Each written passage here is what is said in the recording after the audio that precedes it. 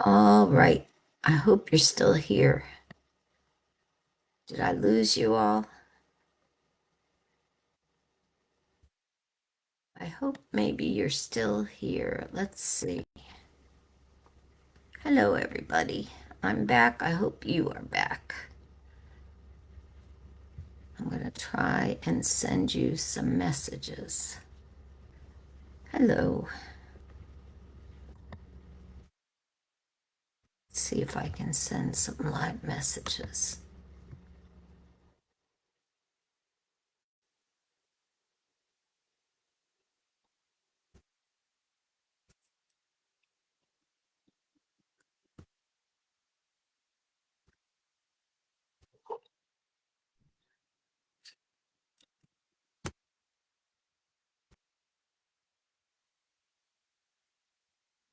There you are.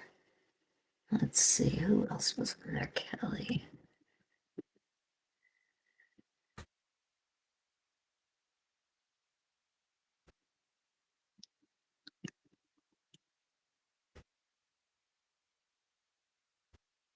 Okay, let's see.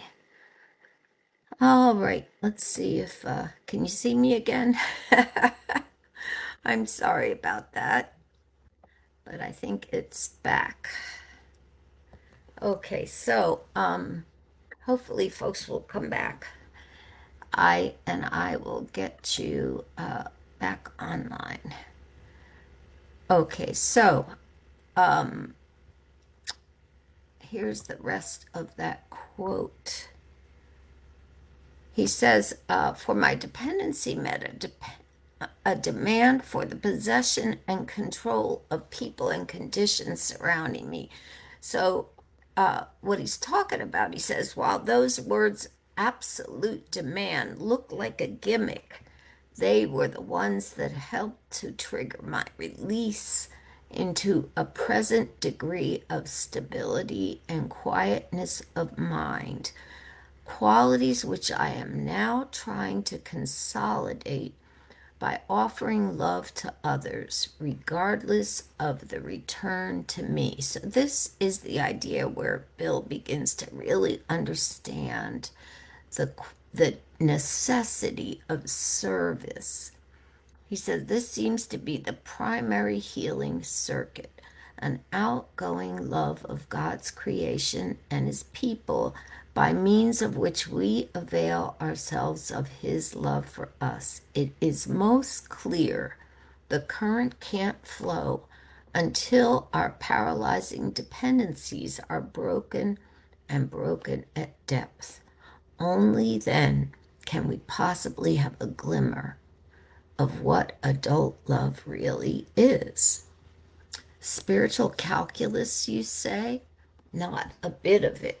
Watch any AA of 6 months working with a new 12 step case. If the case says to the devil with you, the 12 stepper only smiles and turns to another case. He doesn't feel frustrated or rejected. If his next case responds, and in turn starts to give love and attention to other alcoholics, yet gives none back to him, the sponsor is happy about it anyway. He still doesn't feel rejected. Instead, he rejoices that his one time prospect is sober and happy. If his next following case turns out later to be his best friend, then his sponsor is joyful. But he well knows that his happiness is a byproduct, the extra dividend of giving without any demand for a return. So it's that whole idea that we talk about with the the idea of service without expecting anything in return, right? So it's that, it's that concept of love with no ties that is what gets us. Oh, hi, Gurpreet. Nice to see you here. So it's the concept of unconditional love, love with no expectations that frees us from those dependencies. So it's that back and forth of things that is what frees people and gets us free of the dependencies that we're stuck in when we come into recovery. So that's what we're talking about today. So, as we go forward with this, I lost my first connection in Gurpreet, so I'm hoping that some of the people that were on here before also make it back. I've been trying to send some messages out that hopefully will bring those folks back. But we're talking about emotional sobriety, and when Bill Wilson, who was the founder of AA, found that he could free himself from some of the emotional dependencies which hung on in recovery, that he freed himself from those things by actually extending unconditional love in service. And I found an article that he wrote in 1958 that was about the way that he freed himself from those things. So he says in the first 6 months of his own sobriety, he worked hard with many alcoholics. Not one responded. However, this work kept me sober. It wasn't a question of those alcoholics giving me anything. My stability came out of trying to give, not out of demanding that I receive. Thus, I think it can work out with emotional sobriety. If we examine every disturbance that we have, great or small, we will find at the root of it some unhealthy dependency and its consequent unhealthy demand. Let us, with God's help, continually surrender these hobbling demands. Then we can be set free to live in love. We may then be able to 12th step ourselves and others into emotional sobriety. Of course, I haven't offered you a really new idea, he says, only a gimmick that has started to unhook several of my own hexes at depth. Nowadays, my brain no longer races compulsively in either elation, grandiosity, or depression. I've been given a quiet place in the bright sunshine. And I absolutely love that, because isn't he really talking about the same concept that we talk about when we talk about changing our mindset? That, we have all these things that are racing in our heads, that negative thoughts, and really it's just all about stories that we're telling ourselves in our own mind, that if we can replace those stories with something positive, we can set our mind on a completely different pathway. And it's really that simple. It's about the negative thoughts and patterns and habits that are kind of set in our head. And we have to develop different habits and patterns to change our mindset.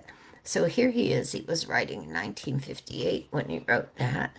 And he's recognizing that he has these negative patterns, dependencies that were put in place in his alcoholism. And he's stuck there, and he's stuck in his relationships. He's stuck in job things, and he's kind of caught. And that he looks at the patterns and the things that have started his recovery from alcoholism, where he puts himself into service, just serving another still sick and suffering alcoholic. That's how he's kept himself sober. And he's seeing that the absolute same patterns of service are what is going to break him of these other dependencies, that keeping that positive attitude. He's using the prayer of St. Francis, as his model, and going forward and seeing that that same change of mindset is what's going to free him from his depression. So any thoughts or comments?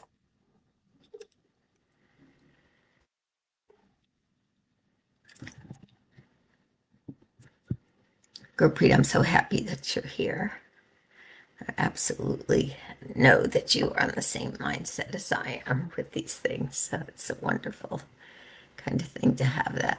And there were people that were here earlier or also that are in recovery, and a part of our recovery is changing our own mindsets, and that's what we use the 12 steps and for is we take this process where we do an inventory of and look at kind of the negativity and things that we pulled in here with us, and then we go through that process. There's a line that's my favorite line in recovery, which is we're building an arch through which will walk a free person. And the arch, the top of the arch, is the third step prayer where we say, God, I offer myself to thee to build with me and to do with me as thou wilt, to relieve me of the bondage of self, that I may better do thy will. And it's a very Christian oriented prayer. I change it to fit my own spiritual beliefs. Many people do. Hi, Amy. Yeah, so the emotional dependency causing you to be stuck. Yeah. And I think as women, we look at the patterns of our relationships. Often they say if you're not in a relationship, no emotional involvements for the first year. And the purpose of that is to free yourself, to give yourself a chance to focus on, like, who am I in this first year of recovery? Give myself a chance to figure out me, because I've been stuck in that, what they call that bondage of self. So, yeah. Yeah, so beginning to look at this, and the other day somebody was on and they said they never heard the term emotional sobriety, and I think it's interesting. I've been looking from a perspective, Amy, of how long I've been sober and how much the program has changed, that people often don't talk about emotional and spiritual recovery as factions of the program. And that's what caused me to want to build this real deep recovery movement. That's what had me come up with this idea, that I just didn't hear people talking about these different aspects of recovery. And I don't know why that is. I haven't really analyzed that deeply, but I do know that it was a big part of my early recovery. That, the first year was kind of physical recovery, getting everything out of your system, focusing on just staying clean and sober. But then after that, as you began to work the program, talking about building tools, for emotional recovery. And there's some older books. There's a guy, Ernie Larson, who wrote a lot of books about stage two recovery. And stage two recovery was about learning how to deal with your emotions, to stand in your emotions, learning to have healthy relationships, and then further on down the line, developing spiritual principles and spiritual recovery. So, yeah. So, I don't know. Amy, did you hear when I was reading that, the quotes from Bill about emotional sobriety? Because I can send you that. If not, I'll send you that piece. I can send it to anybody who'd like to have it. But it's the idea that we take, the same concepts of service that we do to stay sober, and we begin to develop those concepts. And there's a really excellent book. Oh boy, I hope I can remember his name. It's called Unconditional Love, and it's by a Jesuit priest. And that book is all about the idea that the concept of being able to care and love for another person comes from whatever our concept of a higher power is, from inside us up and out. That it's not something that just comes from one person to another. It's actually a God-given trait, and that as we develop that in ourselves, we see that nobody can ever take away our ability to love another human being. It's God given. And I have a funny little story about that.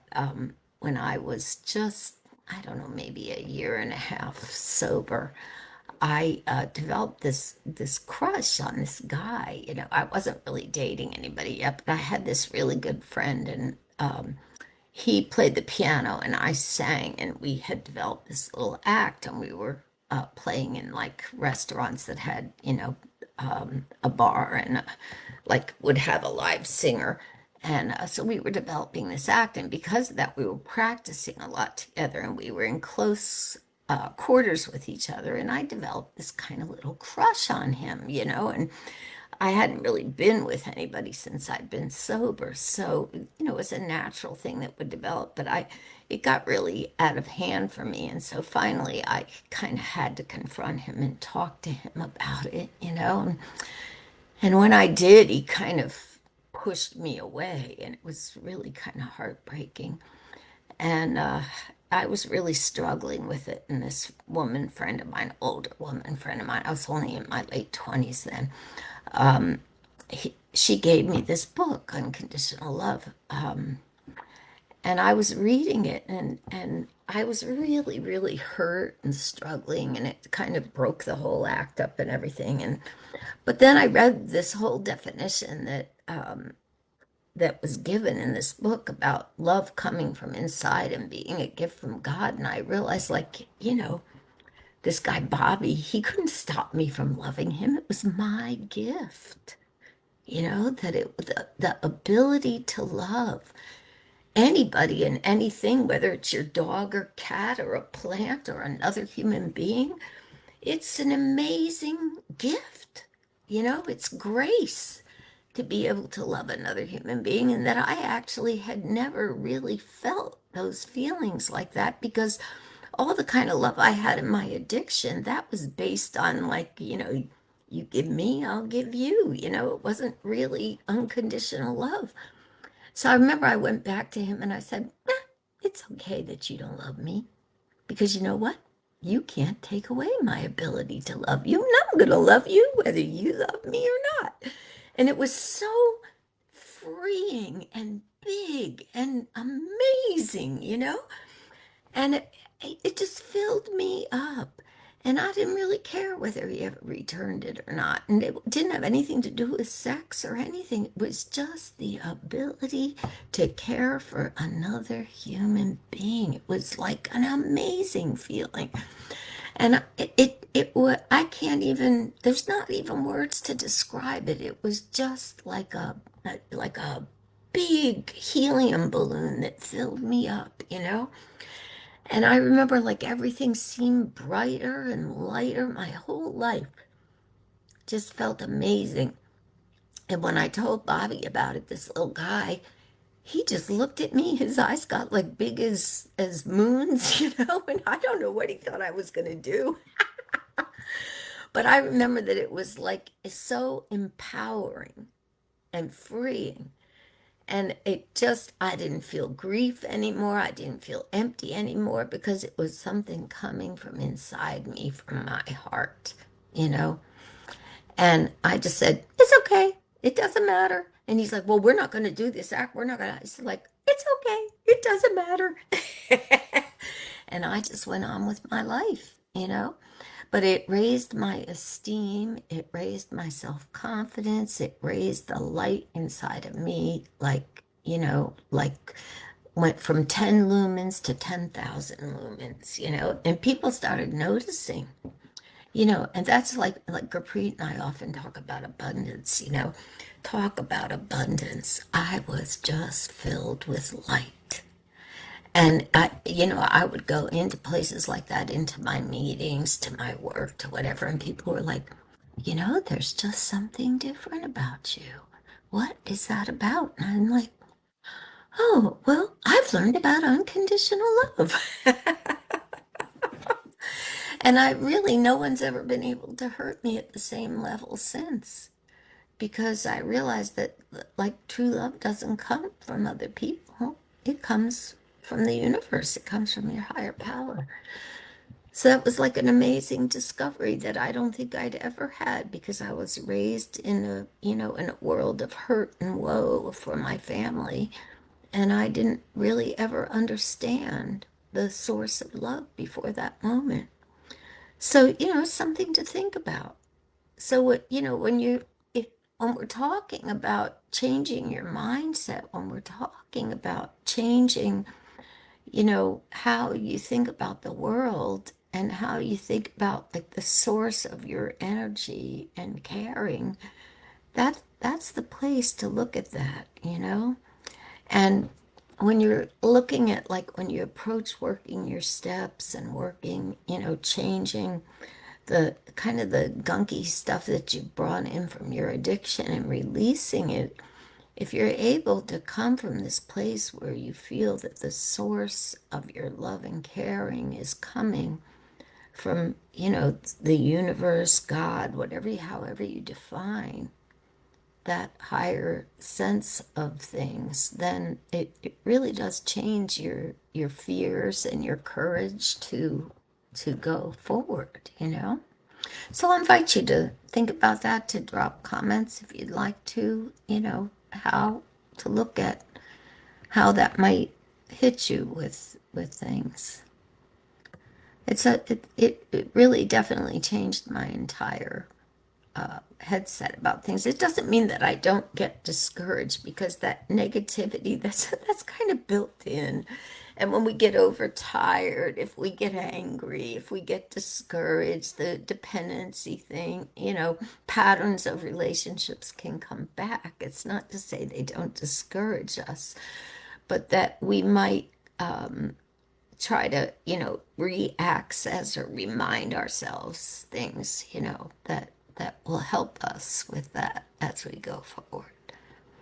So I'll leave a little space for you guys and think about how you might think about or work on some of those things. So this is what emotional sobriety and the content of that is about. And we will, if we're in a 12-step program, we'll use the content of that. We'll use the substance of that as we approach and work through things.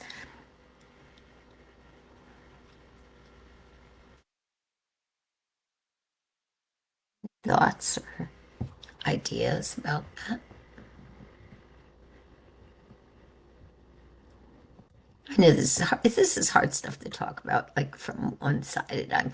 I think one of the things I've considered is whether I might move this cafe to a Zoom thing because I find it very hard when I can't see folks face to face. But I do know that this is heavy stuff, food for thought. If you've come on since we started, we're talking about emotional sobriety, emotional recovery, and aspects of that how we keep our mindset positive, how Bill Wilson entertained and engaged with this.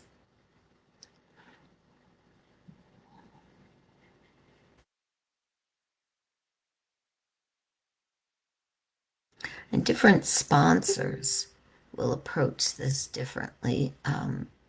Depending, some people are very God centered, other people have a higher power that is more of their own creation.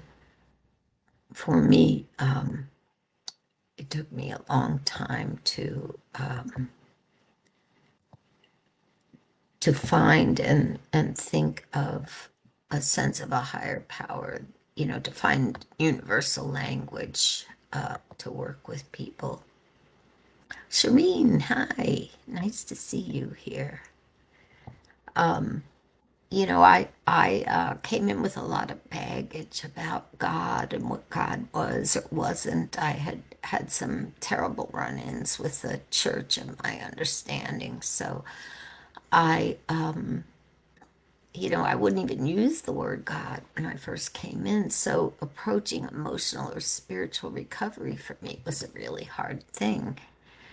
And it took a while for till I could even talk to a sponsor or anybody about God.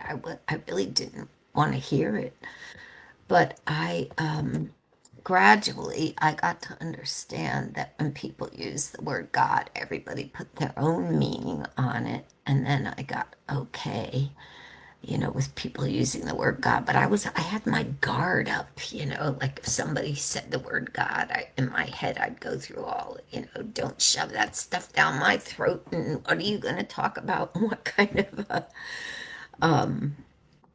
of a thing are you going to say to me? I had to wait to hear what you were going to say before I would say anything. So I had to learn to, how to trust, what to trust. And I think that's okay. I think it's okay for us all to go at our own pace and to listen first. And it took a while for me to understand that I could go at my own pace and that, I could take my time to trust people, that I could take what people said, take it away, digest it, and then come back with my own responses. And I don't think I understood that at first. So, and I love, like, on this quote when Bill says in here, let's see, let me find what he's saying. In the first, oh no, that's here, up in here, he says, because I had over the years undergone a little spiritual development, the absolute quality of these frightful, he's talking about his own frightful dependencies, had never before been so starkly revealed.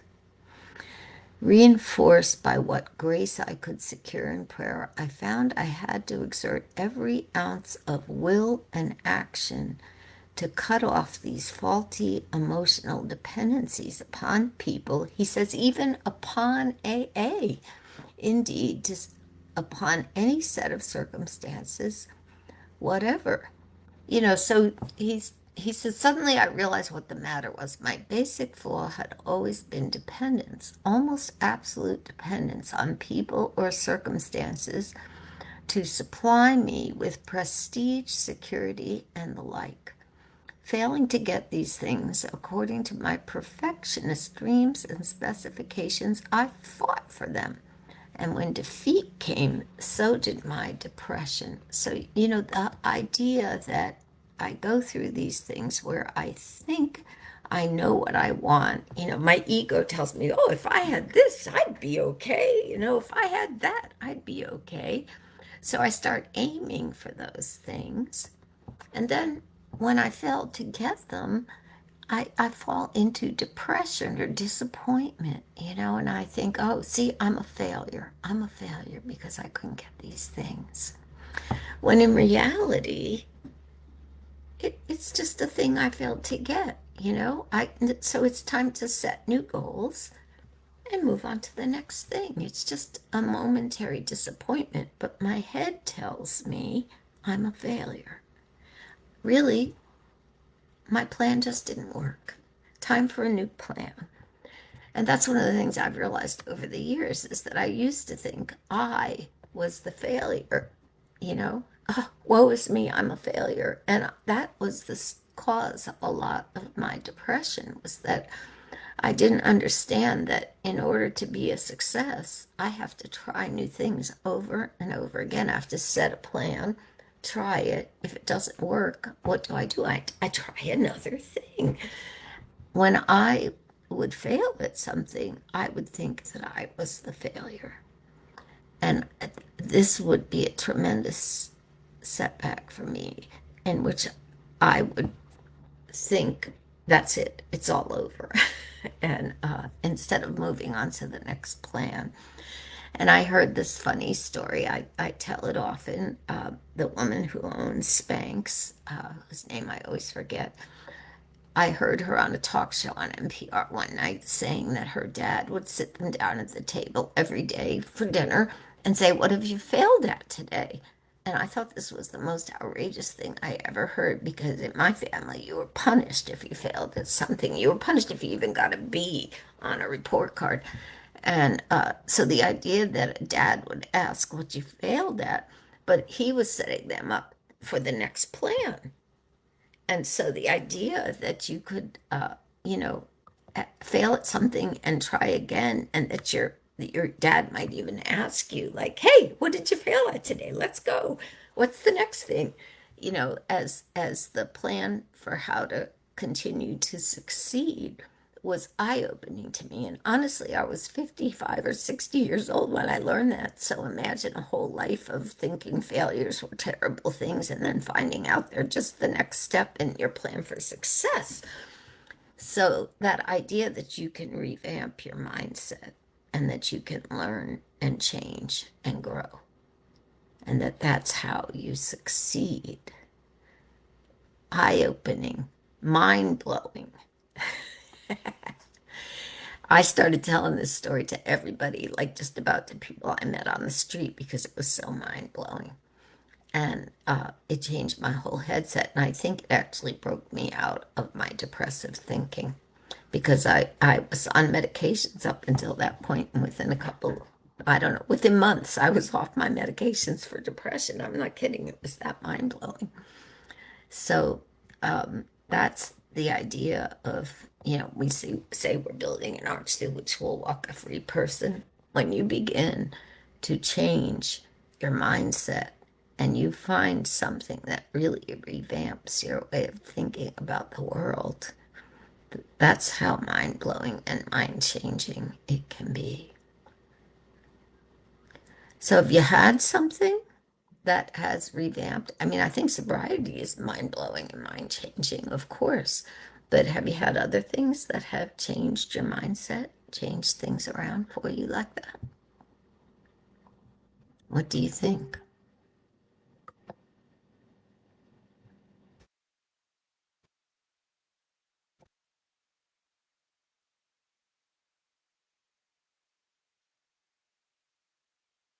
Other comments? Am I winding down here? We're almost at an hour. I'd love to hear more from you, though.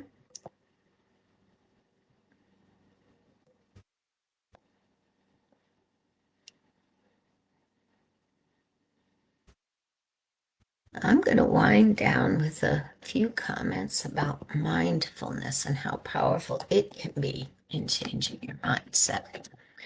I've been reading this book that I got new. It's called Mindfulness in Plain English. And it's one of the best books I've read about meditation. People say that they can't meditate.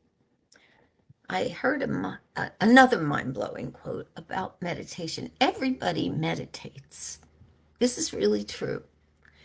Think of how many times your mind gets wound up where your mind is just going and going and going about something that's bothering you and you can't get it out of your head.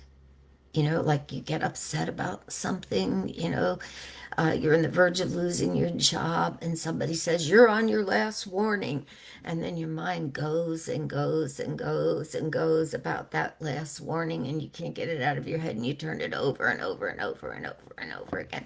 That's meditation.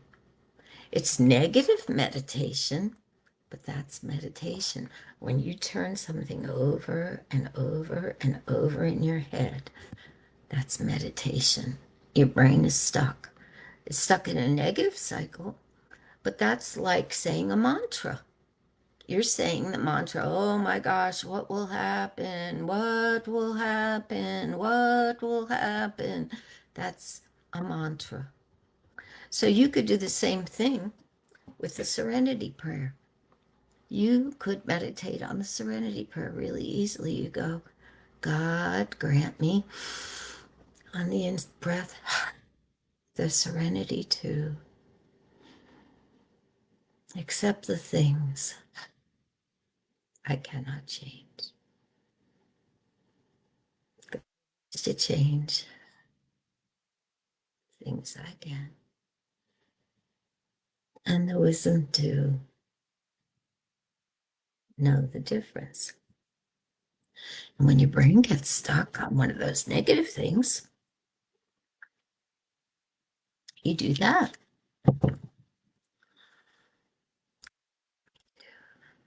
The serenity to accept the things cannot change.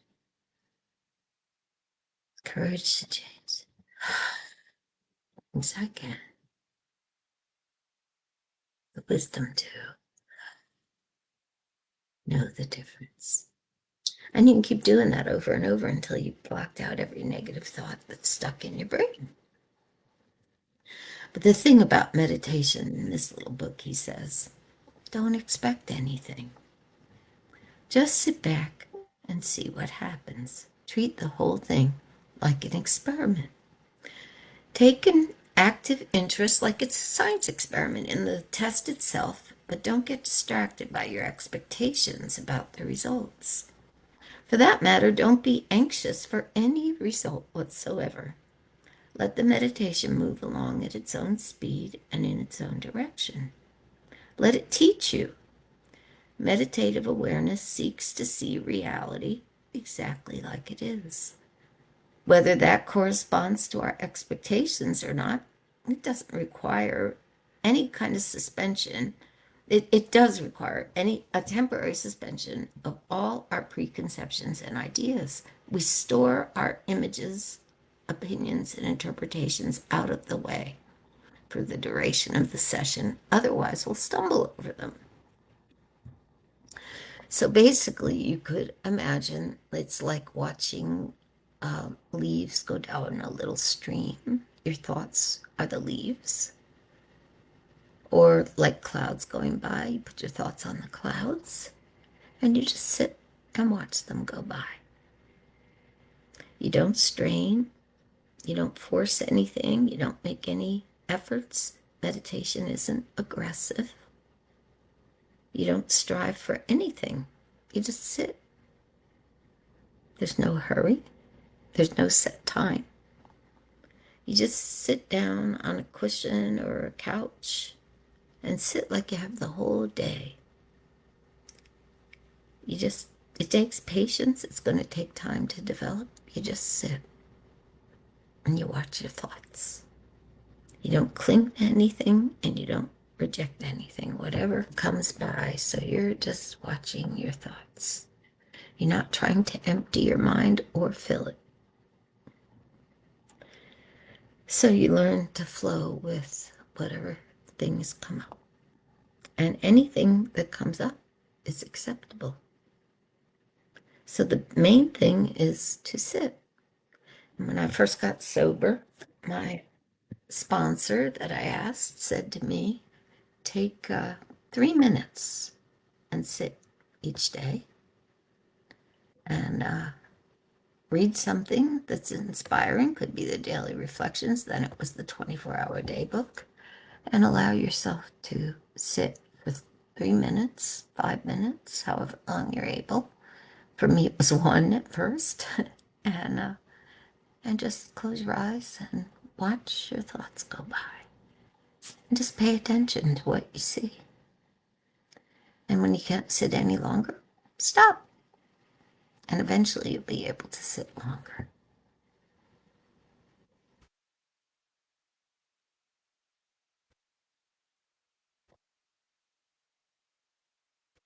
So, any thoughts, reflections, comments? I'd love to hear them.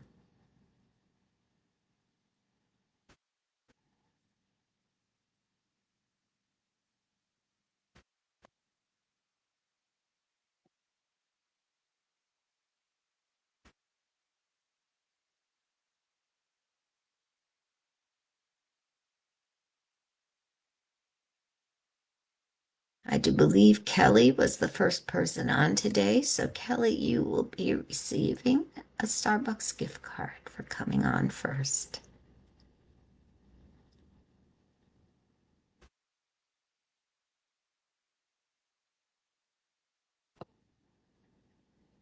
Thanks, Amy. I agree. Meditation on the Serenity Prayer is a very easy way to get started. And then once you've done that and you feel yourself calming down, then you can try just sitting and watching your thoughts go by. What happens when you watch your thoughts is that you begin to observe your own patterns and thoughts, and that's how you begin to watch how your patterns. When you begin to observe, like when you're meditating on the Serenity Prayer, what it does is calm you, and you're right that as you begin to observe what your patterns are, you'll see what needs changing. And then what you can do is sit with your journal at the end of your time when you start to get restless. Just journal for 3 minutes, 5 minutes about what you observed about your thought patterns. And then you have the beginning of a really solid mindfulness practice. And over time, you'll see like that in your thoughts, and then when you journal, wow, I didn't know I did that. Oh my goodness, do I do that all the time? Whoa. And then you don't have to change things right away because, of course, we know that thing about restraint of tongue and pen, right? It says it right in the book. So, first we have to know what our patterns are before we know what to change. And when we are meditating and just watching our thoughts go by, we'll see ourselves. We'll begin to see, oh my goodness, did I do that this week? Oh, look, I did it 3 times. Oh, do I do that all the time? Oh my goodness, I don't want to be that way anymore. And lo and behold, we're seeing our character defects in action. Then we begin to see, like, maybe that's one of the things I'd like to have God remove.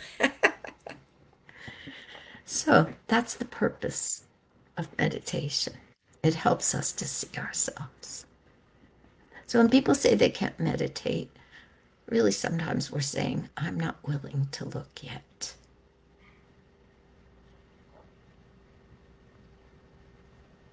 Any other thoughts?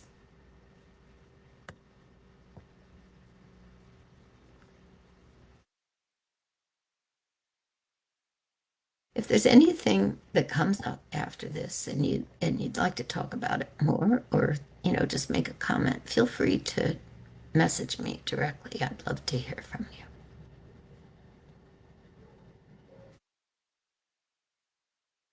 And I think what we're going to do is try some different times. So if there's a time that works better for you, well, you could also message me about that. I'm going to try different times in order to find a time when the most people can stop in. But we will continue to have Recovery Cafe. And I thank you all so much for coming in. And if you think it might work better as a Zoom, if you'd like to do it more face to face, let me know about that as well, because I'm sort of curious about whether it would be easier if we could see each other.